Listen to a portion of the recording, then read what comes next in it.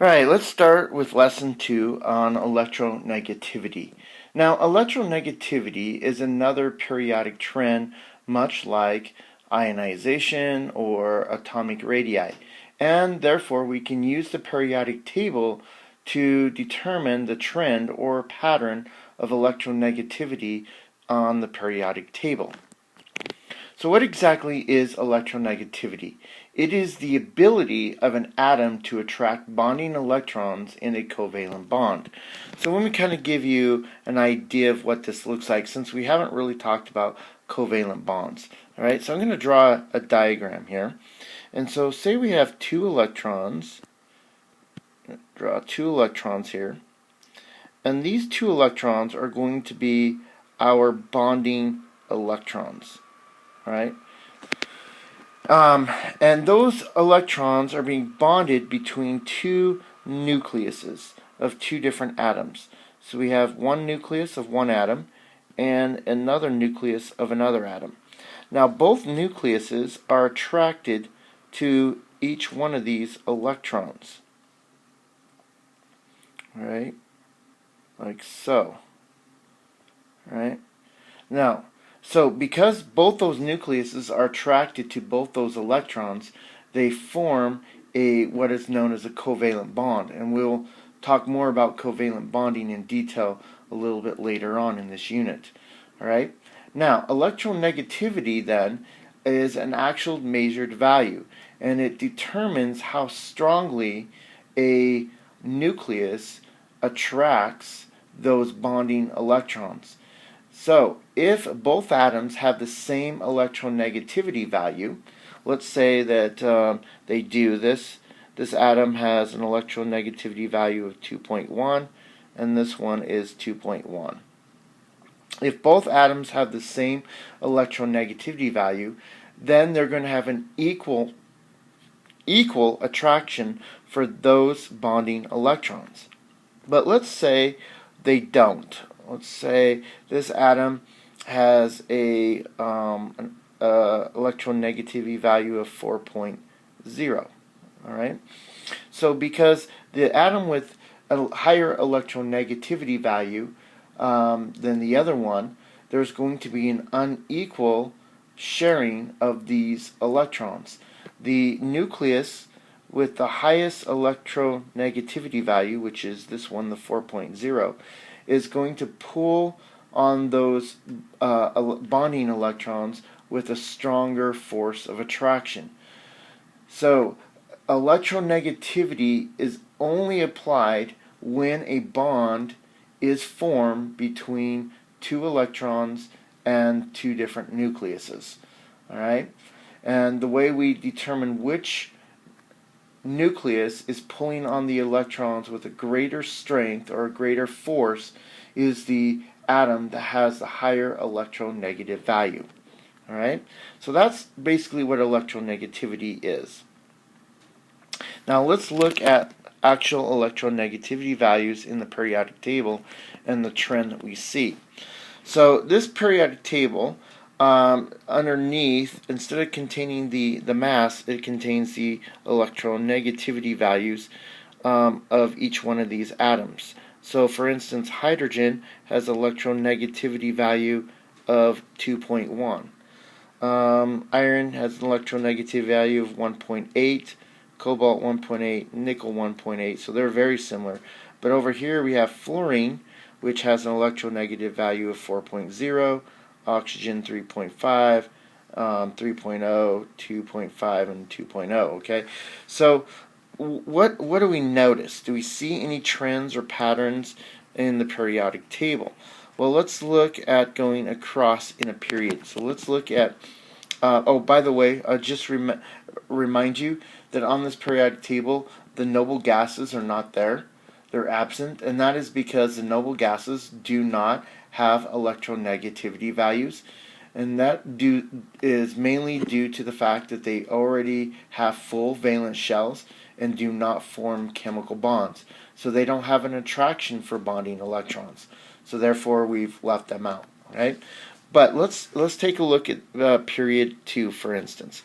All right, through period 2, going from lithium all the way over to fluorine, do we see a trend in the electronegative values? And we should. Lithium is 1.0, beryllium 1.5, boron 2.0, 2.5, and so forth. So notice that there's an increase in electronegativity across the period. And you'll see that with period 3 as well as you move across. Oops, don't want to do that. When you move across period 3, you'll see the same thing. There's an increase in electronegativity value. And that's the way it is for pretty much every period. And so what we can say is that as we move across a period, left to right, there's an increase in electronegativity. Why is this? Well, it's the same reasoning for why the atomic radius gets smaller and the first ionization gets larger. And it's because the number of protons in the nucleus is increasing.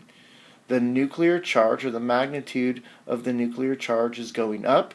So therefore, obeying Coulomb's law, the higher the magnitude of charge, the stronger the attraction of the nucleus for those bonding electrons. All right, so that's the general trend for electronegativity going across a period. But what about going down a group? Let's look at group 1. Going down group 1, we see that hydrogen has an electronegative value of 2.1, lithium 1.1, sodium 0.9, 0.8, 0.9, 0.8, 0.7, and 0.7. So generally what we're kind of seeing here is that the electronegativity is actually decreasing. It's getting smaller as we're going down a group. You can see that with with the alkali earth metals, group 2, you see the same thing. It's getting smaller as we're going down a group. Okay, you can especially see this over here, group 17, as you're going down the halogens, fluorine, chlorine, bromine, iodine, and acetine. Okay, so in general, the electronegativity value gets smaller as we're moving down a family. And why is this? Well, just like first ionization energies or atomic radius, it is due to the distance the valence shell electrons are from the nucleus. In this case, the valence electrons are forming that chemical bond. And so the bonding electrons are on the outer valence shell. And so as we continue to add more and more shells as we're moving down a group, those bonding electrons are getting further from the nucleus, and therefore the nucleus, according to Coulomb's law, cannot attract those bonding electrons with a stronger attraction. All right, and so that's kind of what we see with this. So let's go to summarize these two ideas or definitions. So the electronegativity trend within a period. The electronegativity value gets larger as you move across the periodic table left to right. This trend is a result of the increased nuclear charge as you move across the table left to right. Okay, just like any other periodic trend going across a period, it's the increase in effective nuclear charge or nuclear charge that's making the difference here. Same thing can be said within a group. Going down a group, the valence shell, a new valence shell is added, increasing the distance, the valence electrons. And specifically, we can call the valence electrons in this case as bonding electrons. Okay, so these really are bonding electrons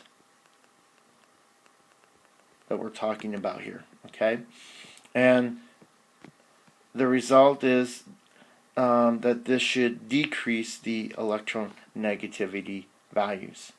All right, so this is kind of the idea of these trends in electronegativity in a nutshell. Okay, one last thing I want to kind of point out about electronegativity is hydrogen. This is for future reference, and you probably want to make note of this and draw this into your table. Hydrogen has an electronegativity value of 2.1, and really that becomes in between. Hydrogen really is in between boron and carbon, and that becomes pretty significant later on as we look at covalent bonding situations. So let me write that a little bit better. So let's draw a box and put hydrogen right between boron and carbon with electronegativity value of 2.1. Alright, like I said, that will come really important and handy later on when we get into covalent bonding in general. Okay, now electronegativity is very important, and you really should understand this concept very well before you dive into covalent bond. So make sure you spend some time understanding the trends, understanding what it means, and understanding in general what electronegativity is. And you should be able to understand covalent bonding pretty well and the effects of electronegativity on covalent bonds. Alright, so that is it for this lecture video at this time.